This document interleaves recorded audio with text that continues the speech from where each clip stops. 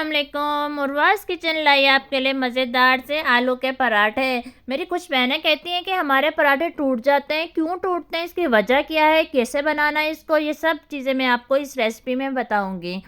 तो ये मैंने 3 चम्मच ऑयल लिए, इसके अंदर मैंने कुटा हुआ ज़ीरा ऐड कर दिया ना, और इसको मतलब थोड़ा हिलाएंगे हम। इसके अंदर 2 चम्मच मैंने साबुत धनिया के ऐड किए, ये भी कुटा हुआ था ना। इसको हमने जब तक मतलब थोड़ा हिलाना है जब तक इसकी थोड़ी सी खुशबू आने लग जाए ना।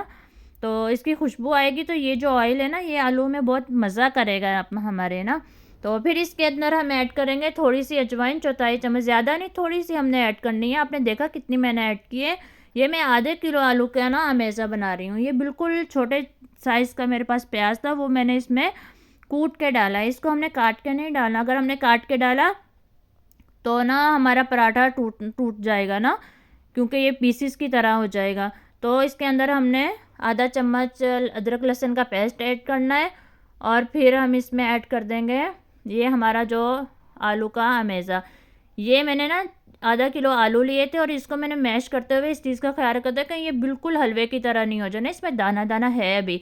इसको हमने हिलाना भी ऐसे ही है चम्मच के ना, ये हमारा बिल्कुल हलवे की तरह नहीं हो जाए।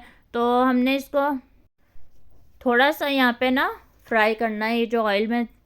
तो ना ये हमारा यहाँ पे फ्राई हो गया। इस चीज़ का भी ख्याल रखना है कि ये नीचे जल नहीं जाए ना। इसमें 1 चम्मच मैंने कटर मिर्च की डाली, और आधा चम्मच नमक, और ये पिसा हुआ मतलब गरम मसाला मेरे पास था, वो मैंने ऐड किया है ना।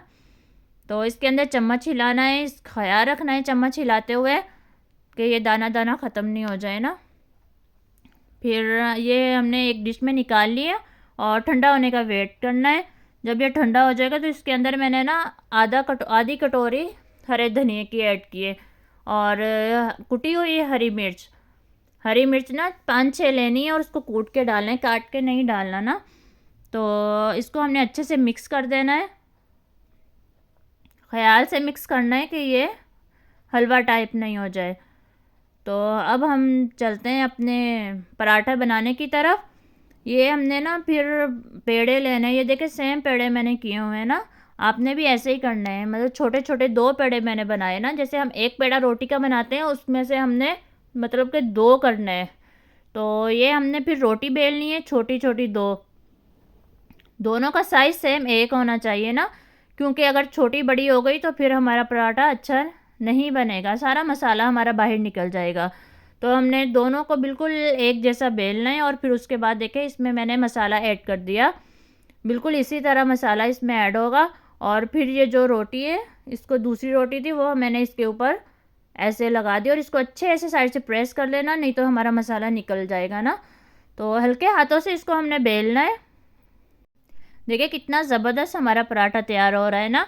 तो अब हम इसको बनाते हैं। कैसे बनाना है, इसको हमने डालने के बाद इतना वेट करना है कि इसका ऊपर से कलर चेंज हो जाए। अगर पहले ही हमने इसको पलट दिया तो ये हमारा टूट जाएगा ना।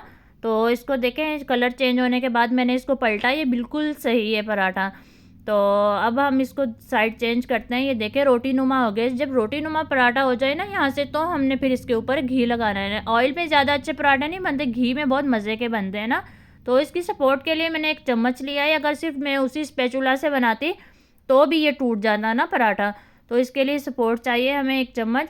तो हम इसको देखें पलटे, ये देखें कितना प्यारा सा ब्राउन पराठा, कितना यम्मी से क्रिस्पी सा ये हमारा बनेगा। तो इसको हमने ना हिलाने की ये भी ट्रिक भी है, इसको ना ऐसे गोल गोल घुमाने से पराठा बहुत मज़े का बनता है। देखिए अंदर से फूल भी रहा है ना, बहुत मज़े का ऐसे ना क्रिस्पी सा बनता है पराठा।